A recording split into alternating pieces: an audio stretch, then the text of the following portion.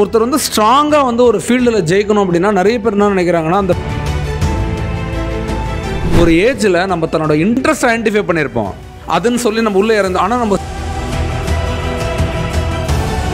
ஒரு ப்ரொஃபஷனை படிச்சுட்டு அதை கிரியேட் பண்ணி அதில் தான் ஒருத்தன் பெரிய ஆள் ஆகணும்னு யாராவது உனக்கு சொன்னாங்கன்னா, ஹலோ,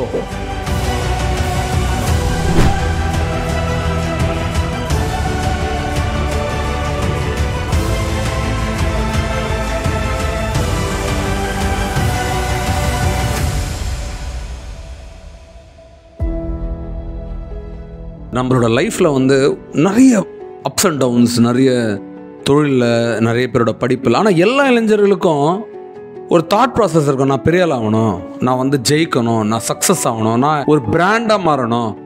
இந்த ராக்கி படம்லாம் ரிலீஸ் ஆகும்போது அந்த பிராண்டுன்ற அந்த வார்த்தையை ரொம்ப ஸ்ட்ராங்காக சொல்லியிருப்பாங்க அந்த படத்தில், நான் ஒரு பிராண்டுன்னு.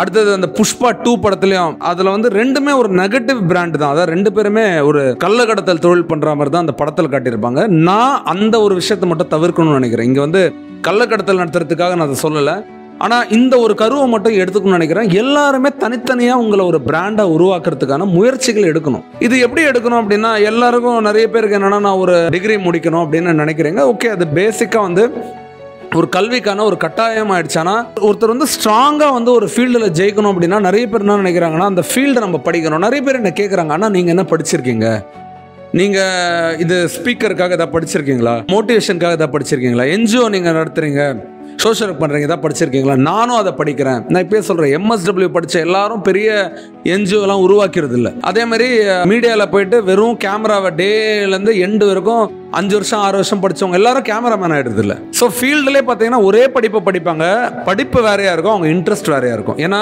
ஒரு ஏஜில் நம்ம தன்னோட இன்ட்ரெஸ்ட் ஐடென்டிஃபை பண்ணியிருப்போம், அதுன்னு சொல்லி நம்ம உள்ளே இறந்தோம். ஆனால் நம்ம ஸ்ட்ரென்த்தை நம்ம ஐடென்டிஃபை பண்ணியிருக்க மாட்டோம். அப்போ ஸ்ட்ரென்த் ஐடென்டிஃபை பண்ணும்போது, ஐயோ இன்ட்ரெஸ்ட் நம்ம தப்பான இடத்துல இன்ட்ரெஸ்ட் வச்சிட்டோம், நம்ம ஸ்ட்ரென்த் இதுன்றதை புரிஞ்சு விலகின எத்தனையோ பேர் இருப்பாங்க. சில பேர் 12th வேற மாதிரி ஒரு கோல்ஸ் வச்சிருப்பாங்க, காலேஜ் வந்தோன்னே தன்னோட கோல்ஸை மாற்றுவாங்க. சில பேர் காலேஜுக்கு முடிச்சோன்னா 25 வயசுல தன்னோட கோல்ஸை மாற்றுவாங்க. ஏன் கர்னல் சாண்டர்ஸ் உங்களுக்கு தெரியும், KFC வந்து 65 வயசுல தான் அவர் அதை ஆரம்பிக்கிறாரு. சாய்ச்சரா ஹாண்டாவாக இருக்கட்டும், ஏன் நீங்கள் you take any people, Ratan டாட்டாவோட சீரீஸ் வந்து அமேசானில் இருக்குது, நீங்கள் போய் பார்த்தீங்கன்னா தெரியும். ரத்தன் டாட்டா எப்படி தன்னோட லைஃப்பில் வந்து கோல் சார்ட்டை எப்படி கிரியேட் பண்ணார். அதில் ஒரு பாயிண்ட், அந்த சீரீஸில் ஒரு பாயிண்ட்டை பேசியிருப்பாங்க. ஹாஸ்பிட்டலில் தன்னோட அம்மா வந்து, அவங்க அம்மாவுக்கு உடம்பு சரியில்லை, ஒரு 15 நாள் 20 நாள் இல்லை 30 நாள் அவர் எப்போ அந்த ஹாஸ்பிட்டல்லாம் இருக்காரோ அவங்க அம்மா கூட கடைசி சில நாட்கள் இருக்காரு. அப்போது அவர் அழுவல, கஷ்டப்படல, எதுவும் இல்லை. அவங்க அம்மா கிட்ட ஒரு நம்பிக்கையோட பக்கத்தில் உட்காந்துருக்காரு. ஏன்னா நடக்க போகிறது இதுதான் தெரிஞ்சிருச்சு. அவர் என்ன பண்ணுறாருன்னா, பாயிண்ட்ஸ் எடுத்து எழுதுறாரு, கிரியேட் பண்ணுறாரு, நம்ம அடுத்தது என்ன பண்ணணும்.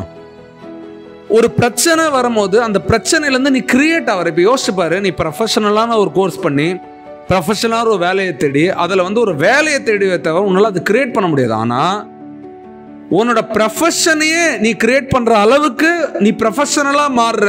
நல்லா புரிஞ்சுக்கோ, இருக்கிற ப்ரொஃபஷனுக்காக, ஏற்கனவே அவைலபிளாக இருக்கிற ப்ரொஃபஷனுக்காக உன்னை நான் ப்ரொஃபஷனல் படிப்பு படிக்கிற அந்த அது ஒரு கட்டம். ஆனால் இன்னொரு கட்டம் பார்த்தீங்கன்னா, ஐயோ நான் படித்தது வேற, நான் வேலை செய்கிறேன்னு ஃபீல் பண்ணுற ஒரு கம்யூனிட்டி இருக்கு. அது தப்பே இல்லைன்னு நான் சொல்ல வரேன். ஏன்னா ஒரு புது ப்ரொஃபஷனை நீ கிரியேட் பண்ணிட்டு இருக்க. இப்போ ஃபேஸ்புக்கோட ஃபவுண்டர் மார்க் ஜக்கர்பர்க் வந்து பெரிய இன்ட்ரெஸ்ட்லாம் இல்லாத, ப்ரொஃபஷனலாம் இல்லாத, ஜாலியாக உட்காந்து கிரியேட் பண்ண தான் இவ்வளோ பெரிய network FB, Facebook. So Facebook வந்து இப்போ வாட்ஸ்அப்பை பர்ச்சேஸ் பண்ணுறாங்க, எவ்வளோ பெரிய பணம் அவங்ககிட்ட இருக்கு. அப்போ ஜாலியாக பிளான் பண்ண ஒரு ஃபேஸ்புக்கு கிரியேட் ஆகுது. ஜாலியாக உட்காந்து விளையாட்டுத்தனமாக ஆரம்பிச்சது மைக்ரோசாஃப்டாக மாறுது. ஸோ ஜாலியாக கிரியேட் பண்ணுற இது ஒரு பெரிய ஒரு நெட்வொர்க்காக மாறுது, இன்னமும் சிங்காக தான் இருக்கு. ஆனால் ஒரு ப்ரொஃபஷனல் கிரியேட் பண்ண ஒரு டைட்டானிக் ஷிப் என்ன ஆகுது, சிங்க் ஆயிடுது. அப்போ ஒரு ப்ரொஃபஷனை படிச்சுட்டு அதை கிரியேட் பண்ணி அதில் தான் ஒருத்தன் பெரிய ஆள் ஆகணும்னு யாராவது உனக்கு சொன்னாங்கன்னா, ஹலோ அப்படின்னு சொல்லி இந்த எக்ஸாம்பிள் அவங்கள்ட்ட சொல்லு. இந்த நிமிஷத்துலேருந்து நான் ஒரு விஷயத்துக்கு ப்ரொஃபஷனலாக படித்து தான் அதில் கிரேட் ப்ரொஃபஷனலாக ஆகணுன்றது இல்லை. ஒரு கிரியேட்டர் இந்த நிமிஷம் கூட கிரியேட் பண்ணலாம். ஒரு சின்ன ஐடியா, ஒரு சின்ன ஸ்பார்க்கு இந்த உலகத்தையே மாற்றி போடுற ஒரு கிரியேஷனை கொடுக்கலாம். நீ ஒரு பெரிய ஜாம்பவானா மாறலாம், ஒரு பெரிய பிஸ்னஸ் மேக்னெட்டாக மாறலாம், ஒரு பெரிய கிரியேஷன் பண்ணுற அளவுக்கு உன்னோட தாட் ப்ராசஸில் நீ ஒரு பெரிய நபராக மாறலாம். இது எல்லாமே எங்கேருந்து உதயமாகுது? எல்லாம் உன்கிட்டேருந்து உதயமாகுது. எங்கேருந்து உதயமாகுது? இந்த நிமிஷத்துலேருந்து நான் சொன்ன எதெல்லாம் 3 L விடணும். ஃபஸ்ட்டு எனக்கு இது இல்லை, ஐ லேக் திஸ்ன்னு சொல்லாத. அடுத்தது நான் இது போனா நான் லாஸ் ஆயிடுவேன்னு நினைக்காத.